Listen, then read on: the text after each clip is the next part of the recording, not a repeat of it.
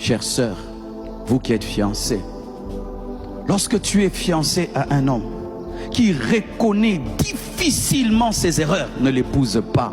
Mes filles, n'épousez pas de tels hommes.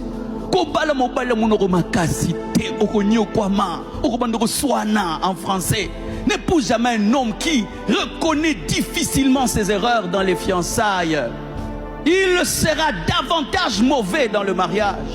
Un homme que tu attrapes et qui te bat, tu le téléphones, tu es où? Il te dit qu'il a ma tété, alors que tu le vois limité. Hey. Quand on te demande tu es où, fais attention, hein? Peut-être qu'on te voit. Oh, Nazar ma tété. Chérie, je t'ai vu, tu as limité où? Je suis derrière toi. Je n'aime pas des femmes comme ça. Ça, c'est l'esprit de contrôle. Il faut la soumission. Alléluia.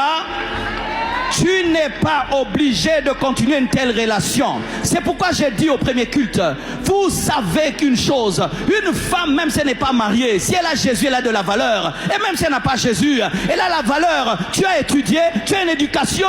La femme n'a pas de la valeur quand elle se marie, même si elle n'est pas mariée, elle a de la valeur. Donne-moi l'amen, hein? Car il y a même des femmes qui ne sont pas appelées à se marier. Je sais que là, j'ai dérangé l'Africain. Mais j'aimerais vous dire la vérité, ta valeur n'est pas d'abord dans le mariage, ta valeur est en Dieu, ta valeur est dans ton potentiel. Tu as étudié, tu es intelligente, tu sers Dieu, tu as l'onction, tu prêches, tu enseignes.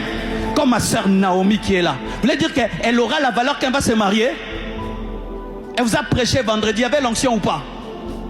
Est-ce qu'elle aura la valeur quand elle va épouser France? Elle a déjà de la valeur, mariage ou pas mariage. Si c'est le mariage qui vous donne la valeur, alors si ton mari meurt, tu n'as plus de valeur. Investissez dans les études de vos filles. Faites étudier vos filles. Élevez vos filles. Encadrez vos filles. Honorez vos filles. Arrête de mépriser ta fille parce qu'elle n'est pas mariée. Des mamans, vous poussez vos filles à épouser n'importe qui en dérangeant vos filles. Chère maman, ta fille peut épouser un voyou parce que tu n'as pas la sagesse. Nzambe ndakoyo, Nzambe, bananyoso kotula bitula. Oui, j'entends des moments comme ça. Jésus, je t'ai fait quoi?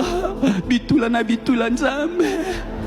Mais tu appelles ta fille Bitula, elle est première de la classe. Tu appelles ta fille Bitula, elle est sage. Tu appelles ta fille Bitula, elle est disciplinée. Tu appelles ta fille Bitula, elle n'a pas de vie de péché. Elle t'honore, elle te respecte. Maman, tu es en train de la pousser à prendre n'importe qui. Maman, tu as de la valeur, ma soeur. Que tu sois mariée ou pas, donne-toi du poids. Et quelqu'un qui se donne du poids n'épouse pas n'importe qui. Une femme doit se donner du poids pour bien choisir. Mais lorsque tu enlèves le poids à la femme, elle choisit n'importe qui, elle prend n'importe qui. Et c'est pourquoi beaucoup de femmes souffrent dans le mariage. Et c'est aussi la faute des églises. Nous avons prêché aux femmes que leur valeur n'est que dans le mariage. Ainsi même en Afrique, vous allez voir, on investit dans les études des garçons, on n'investit pas dans les études des filles. La seule chose que la fille peut ramener, c'est un mariage. Non! Tu peux faire aussi un avion, tu peux faire un hôpital, tu peux faire une école, tu peux faire une université, tu peux faire un robot. Ce sont les femmes qui ont fait le robot des Congolais. C'est une femme qui a fait ce robot. Donnez-moi l'amen.